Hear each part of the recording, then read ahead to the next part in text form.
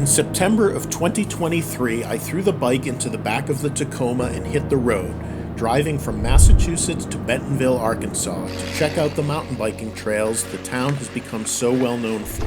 On the way, I spent some time in Shenandoah National Park, taking in the amazing views on Skyline Drive.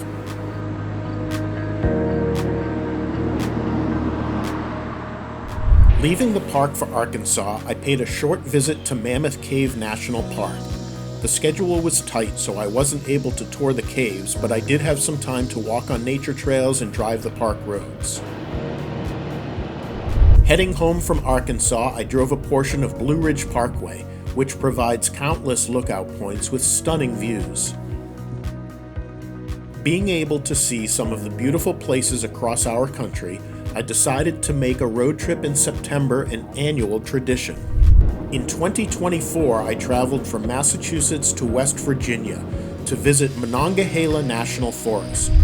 On the way there, I was able to make an overnight stop in Virginia and explore parts of Washington and Jefferson National Forests, including a drive on Forest Service Road 394, known as Sugar Tree.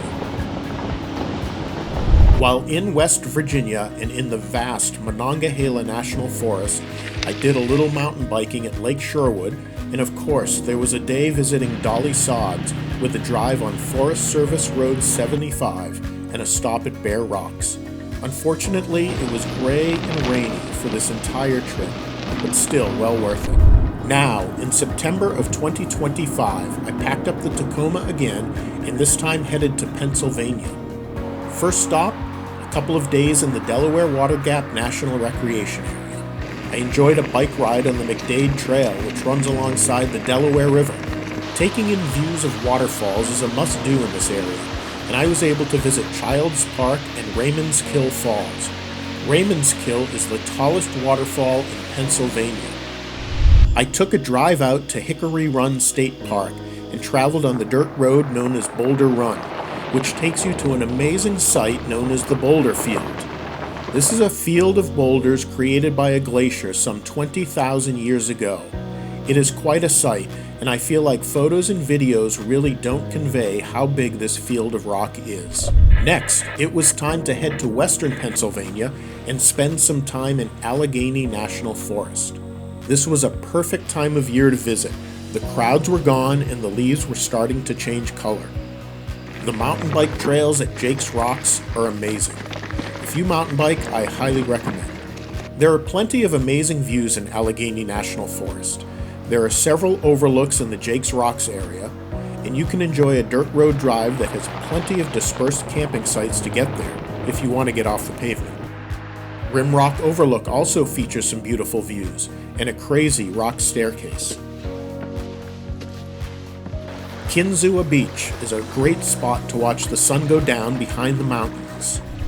While in the area, I had to pay a visit to Kinzua Bridge State Park. This park features what remains of a railroad bridge that was destroyed by a tornado. You can walk out on the remaining portion of the bridge and look below to see the sections that were taken out by the twister. Twin Lakes Recreation Area is part of Allegheny National Forest, and I spent an afternoon exploring Forest Service Road 132. This is an easy, hard-packed dirt road. I'll be creating separate videos on each of the dirt roads that I spent time exploring, so keep an eye out for those. Allegheny National Forest has so many truly beautiful areas, and I hope to make it back again in the future. On the way back to Massachusetts, I drove through the rural farmland of New York State and spent some time visiting Letchworth State Park. This is a beautiful state park and is often described as a mini Grand Canyon or mini Niagara Falls.